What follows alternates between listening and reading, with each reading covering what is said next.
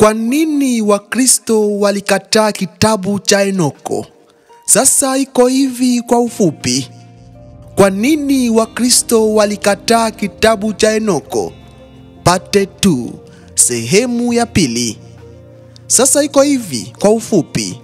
Enoko wa kwanza pia inajulikana kama kitabu cha Enoko au The Book of Enoch kwa lugha ya Kiingereza. Wasomi wengi wa Biblia walikikamata na kukiita pseudepigrapha, ambayo ina maana ya kwamba ni kitabu kiliohusishwa kwa uongo. Maana kitabu hiki kiliandikwa chini ya jina bandia. Mwandishi alidai kuwa mtu fulani, lakini sio mwandishi wa kweli. Before tuendelee, tusimame hapa kidogo kwanza. Tuzungumuze kuhusu Biblia na Ukristo. Sikiliza mpendwa, unanisikiliza, sikiliza. Unajua kwamba kuna watu fulani husema kwamba Biblia iliumbwa 100 ya miaka baada ya Yesu kupaa au kwenda mbinguni. Hiyo sio kweli. Lakini pia watu hawa wanasema kwamba Ukristo uliumbwa au uliwekwa pamoja ili tu kuwatawala watu. Hiyo pia sio kweli, wasikudanganye. Watu wanaosema hivyo utakutana hawaisomi au hawaijui Biblia hata kidogo. Tunapasha kujua kwa hakika kwamba Biblia iliwekwa pamoja kwa sababu ya manabii wa Agano la Kale, Yesu na wale wanafunzi baada yake kuwafundisha, ambao walikuja kuwa mitume. Nor yet staves, for the workman is worthy of his meat. Kanoni ya Maratori ilikuwa kanoni ya kwanza ya Biblia, ambayo ilitungwa mwaka wa 170 baada ya kifo cha Yesu, na ilikuwa na vitabu vyote vya Agano Jipya isipokuwa Waebrania, Yakobo, Petro wa kwanza na Petro wa pili na Yohana wa tatu. Kumbuka wakati hizo za zamani, mitume hawa walikuwa huko wakiandika na kutumiana barua kwa kila mmoja wao. Kulikuwa mitume wenyewe, wafuasi wao, na wengine walioshuhudia ufufuo wa Yesu. Nimetaka nikutajie mitume hawa. Petro, ambaye mwanzoni aliitwa Simoni, na Petro alikuwa mvuvi aliyejiunga na Yesu. Mapema katika huduma yake, Biblia inamwonyesha Petro kuwa mwaminifu na mwenye huruma, lakini pia mwenye shaka. Be of good cheer. It is I. Be not afraid.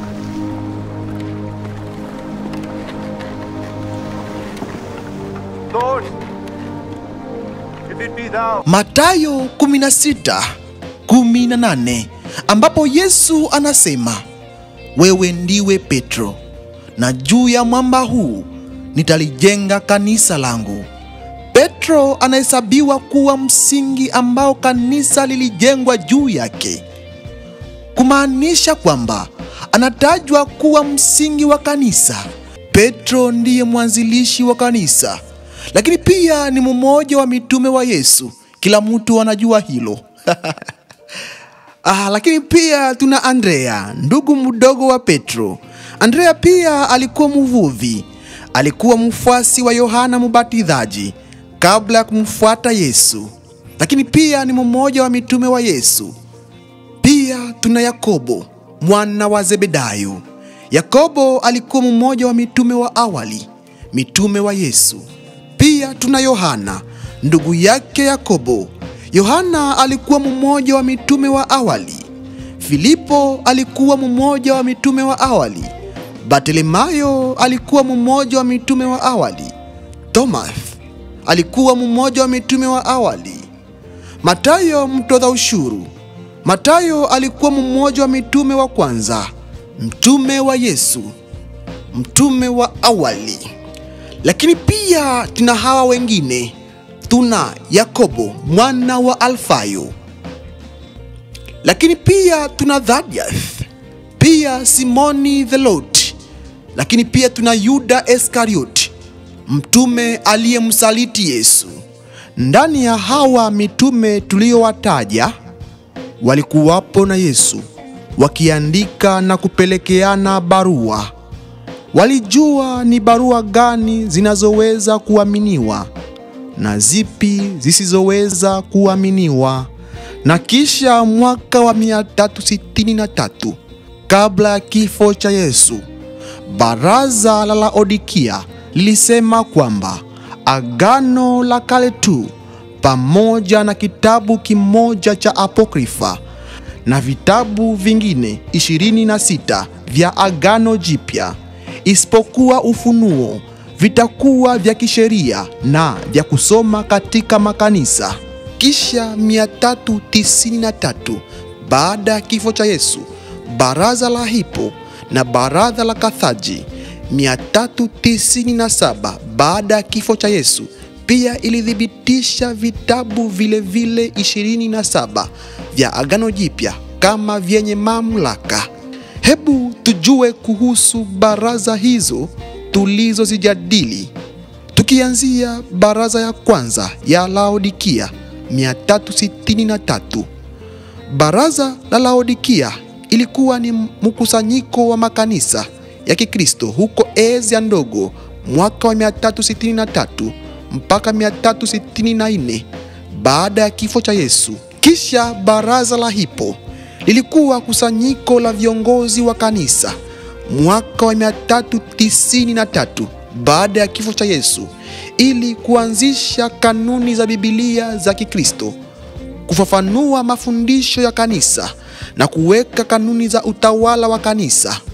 Kisha baraza la Carthage mwaka wa 397 baada ya kifo cha Yesu, unaojulikana pia kama baraza la tatu la Carthage, ulikuwa muhimu kwa nafasi yake katika kufafanua kanuni za Biblia kama Agano la Kale na Jipya, na kwa kuthibitisha kanuni za baraza la Hippo kuanzia 393 baada ya kifo cha Yesu.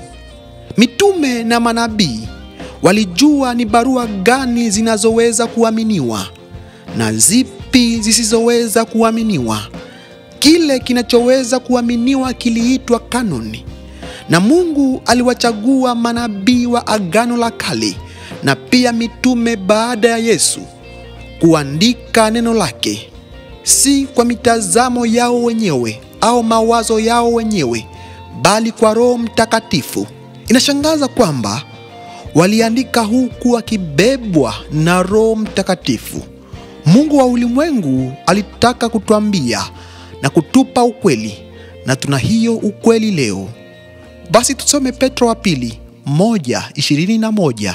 Maana hakuna hata ujumbe wowote uliotetewa kwa mapenzi ya kimutu, lakini watu walipata ujumbe wa Mungu wakiongozwa na Roho Mtakatifu. Petro anatumia mstari huu kukazia kutegemeka na ukweli wa neno la unabii ambalo yeye na mitume wengine waliokuwa wameshuhudia likitimizwa katika maisha ya huduma ya Yesu Kristo. Sasa watu wanafikiri kwa sababu kitabu cha Henok kilichapishwa muda mrefu uliopita kinapaswa kuaminiwa. Hapana. Kwa sababu tu kitabu ni cha zamani haimaanishi kwamba unapaswa kukiamini. Hapana. Jua kwamba kuna watu wengine katika wakati huo au mbele ya hapo ambao pia waliandika vitabu kuhusu Agano la Kale, wakiandika mambo yaliyotokea kuhusu Yesu na pia mitume wake. Sasa hiyo haimaanishi kwamba mambo walioandika inapaswa kujumuishwa katika Biblia. Hapana. Kwa sababu haikuandikwa kwa njia ya Roho Mtakatifu, bali kwa njia ya wanadamu. Watu walikuwa wakiandika vitabu from nowhere, wakiandika kwa akili zao wenyewe, na mitume waliwaonya watu wakati huo dhidi ya hilo. Kwa mfano, Petro wa pili 3:15-16 inasema, mtambue kwamba njia ya kuvumilia Bwana wetu ni wakati mzuri. anawapatia kusudi mupate kuokolewa. Na hiyo ni kufuatana na vile ndugu yetu mpendwa Paulo alivyoandika akiongozwa na hekima aliyopewa na Mungu. Ni vile ndivyo alivyoandika katika barua zake alimosema ndani yao juu ya mambo yale. Lakini ndani ya barua zile kunakuwa mambo mengine magumu kuyasikia, na watu wajinga na wasiokamilika wanageuza maandiko yake, sawa vile wanavyogeuza sehemu zingine za maandiko matakatifu. Kwa njia ile wanajiangamiza wenyewe. Kwa hivyo kulikuwa na watu wakati huo ambao hawakuwa sehemu ya kundi la mitume na wanafunzi ambao walianza kushiriki Injili. Watu hawa waliishi na kufanya njia mpya. Walianza kuandika juu ya mitume na manabii wa kale. Watu hawa hawakujiita wa Kristo. Watu hawa bali walijiita watu wa njia.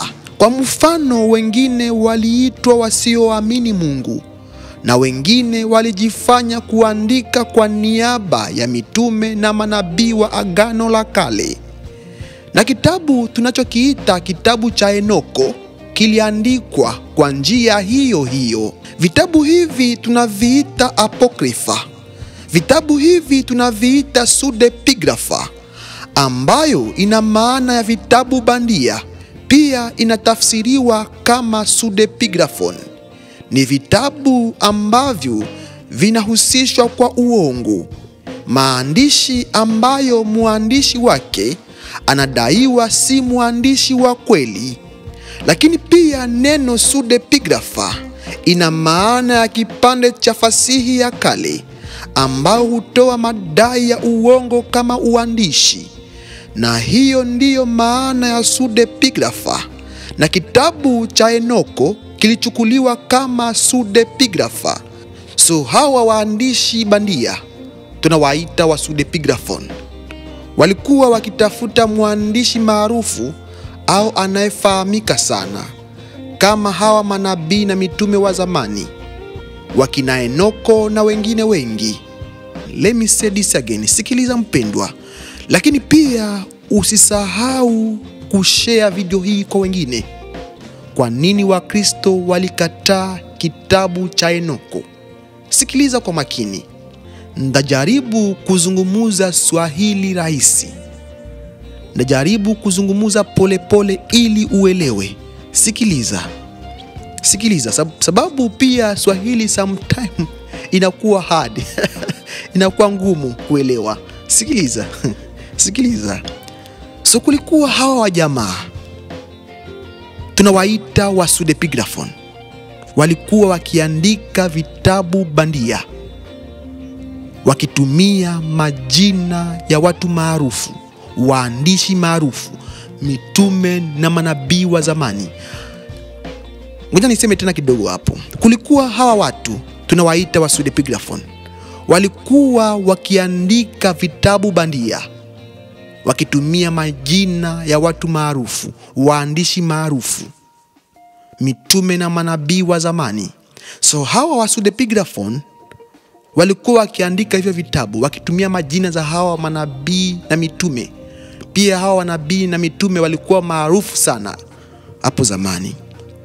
So walikuwa wakiandika vitabu kufanya vitabu vyao viwe maarufu, lakini pia watu waweze kusoma hivyo vitabu.